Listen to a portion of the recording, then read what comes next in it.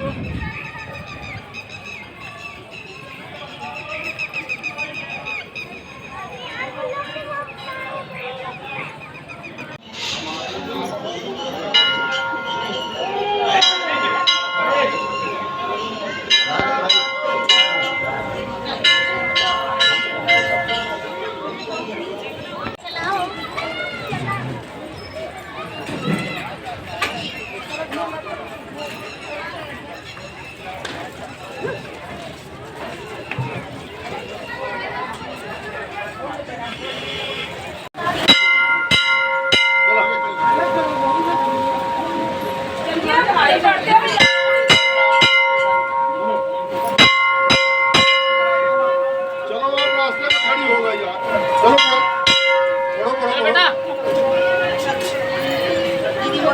चलो चलो चलो दूर तक जाएगा ये।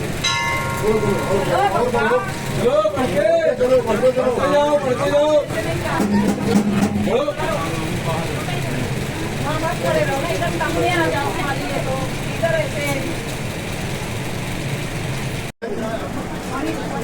उधर निकल जाओ ना, वहाँ सब भीड़ में खड़े रहो उधर।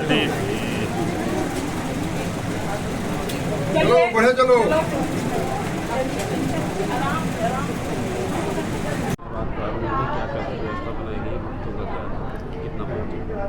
देखिए, ये माँ काली का स्थान है जो कि रीवा का एकलौता स्थान है।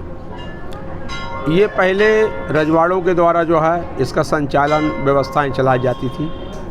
आज जो है सरकार द्वारा इसका पूरा संचालन चला जाता है। जो ये स्थान आप देख रहे हैं ये 22 एकड़ के क्षेत्र में है, जिसमें इसकी भगवान शिव का स्थान और जलाशय, जो ये तालाब बना हुआ है जल के अंदर भगवान शिव का स्थान बना हुआ है, ये तो बहुत दर्शनीय है। और माँ का तो दर्शन स्थान ही है। विशेष करके यहाँ जो है तो साल में 2 बार कुमार और चैत्र में भव्य रूप से उत्साह के साथ भक्तों का जो भाव देखा जाता है कि झंडा, ध्वजा, निशान इत्यादि काली खपड़ी ले करके जब भक्त लोग यहाँ आते हैं तो यहाँ लोग इस जलसा देखने आते हैं। केवल यहाँ के तो लोग हैं ही हैं, बाहर के लोग यहाँ जलसा देखने आते हैं कि जो भाई जलसा देखना तो रानी तालाब चलते हैं। तो रानी तालाब में जो जलसा काली खपड़ी का सब इत्यादि होता है। दूसरी बात जो है, इसका जो आज भव्य स्वरूप है, माननीय राजेंद्र शुक्ला जी द्वारा जिसका भव्य स्वरूप धारण किया गया, और यहाँ उनका विशेष भावना रहती है। और हमारे मीडिया भाई, हमारे शासन की कमेटी के जो कार्यकर्ता हैं, पुलिस डिपार्टमेंट, पीएच विभाग, एमपी भी, सारे डिपार्टमेंट बड़े हर्ष उल्लास के साथ इस पर्व को मनाने के लिए उत्सुक रहते हैं कि चलो अब माई का बुलावा 10 दिन का आया है तो सब कोई मिल के चलते हैं, अब बुलावे में सहयोग करते हैं। कितनी भीड़ यहाँ देखिए, सुबह मैं 4:30 बजे से महाआरती, आज प्रथम शैलपुत्री का दिन था तो महाआरती करके हमने दरवाज़ा खोला। 3 बजे से यहाँ भीड़ लगी हुई थी। 4:30 बजे हमने आरती किया, इसके बाद मंदिर खोला। अभी तक तांता बराबर चल ही रहा माई का। अब ये 1 बजे तक तांता चलता रहेगा, फिर 1 बजे मंदिर बंद किया जाएगा। इसके बाद सफाई धुलाई करके माई का जेवनार का भोग लगाया जाएगा। इसके बाद श्रृंगार किया जाएगा, फिर शाम को 4 बजे पुनः खोला जाएगा। फिर रात को 11 बजे तक जो है माई का दरबार खुला रहेगा। और अष्टमी नवमी को जो है भीड़ को देखते, निरंतर देखते हुए और मंदिर खुलना और बंद होता है। विशेष श्रृंगार यहाँ अष्टमी और नवमी को होता है, जो कि लाकर के अंदर रखा रहता है। उसको जो है तहसीलदार एसडीएम द्वारा ले आकर के हमको दिया जाता है, और प्रधान पुजारी हमारे द्वारा जो है तो माई का श्रृंगार किया जाता है, और फिर रात को उतार करके पुनः ले जा करके थाने में इसको ला कर में रखा जाता है। माँ की महिमा के बारे में, माँ के बारे में तो अभी नया एक छोटा सा बता देते, बाकी तो हमारे पूर्वज खूब बताते थे। तो अभी 3 साल पहले की बात है कि राजघराने से अष्टमी के दिन माई की विशेष पूजा हुआ करती थी, और सब वहाँ से कपड़ा, उन्ना, लत्ता, प्रसाद इत्यादि सब आया करता था। पंडित पुजारी सब वहाँ के आया करते थे, राजा भी आते थे।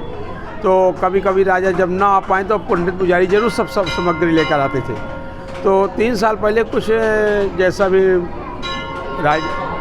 पुष्पराज सिंह के अंदर मन में बात आई हो, तो उन्होंने कहा कि अगर रहने दो यार, अब पूरी पब्लिक तो खिला रही, तो क्या एक राजा नहीं खिलाएगा तो क्या राज्य की माँ भूखी रह जाएगी। तो ऐसा मन में विचार उठ गया होगा। तो उन्होंने कहा कि भाई अब ना ले जाओ वहाँ, यहाँ से वहाँ पब्लिक खिला रही। तो उन्हें नहीं लिया, तो हमको भी यहाँ बिछो हो रहा था कि जब 7 बज गए, हमने कहा आज इस बार पुजारी राजघराने की नहीं आई।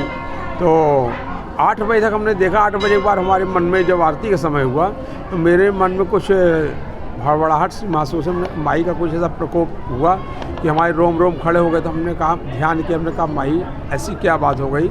तो ऐसी कुछ आवाज़ की भावना हुई कि राजघराने से पुजारी नहीं आई है, तो तुम्हारे मुख के द्वारा राजघराने को सूचित करा दिया जाए कि भाई पुजारी क्यों नहीं आई है।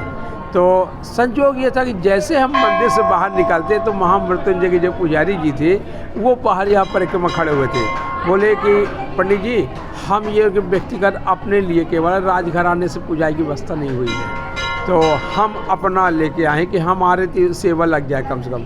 तो हमने कहा भैया ये राजघराने में बता दें, माई का संदेश है कि राजघराने की पुजारी आना चाहिए। होगा माई फिर जाकर के पुष्पराज को शब्द नदी बोली ऐसा है कि कल तुम हमारी पुजारी करवा दो, और नहीं फिर जो हमारे खाने के लिए नहीं तो फिर खाने तुम्हारे लिए भी नहीं रह जाएगा। तो फिर दूसरे दिन सारी व्यवस्था करके फिर माई के यहाँ पुजारी आई और पुजारी की गई, तब उनका प्रकोप शांत हुआ।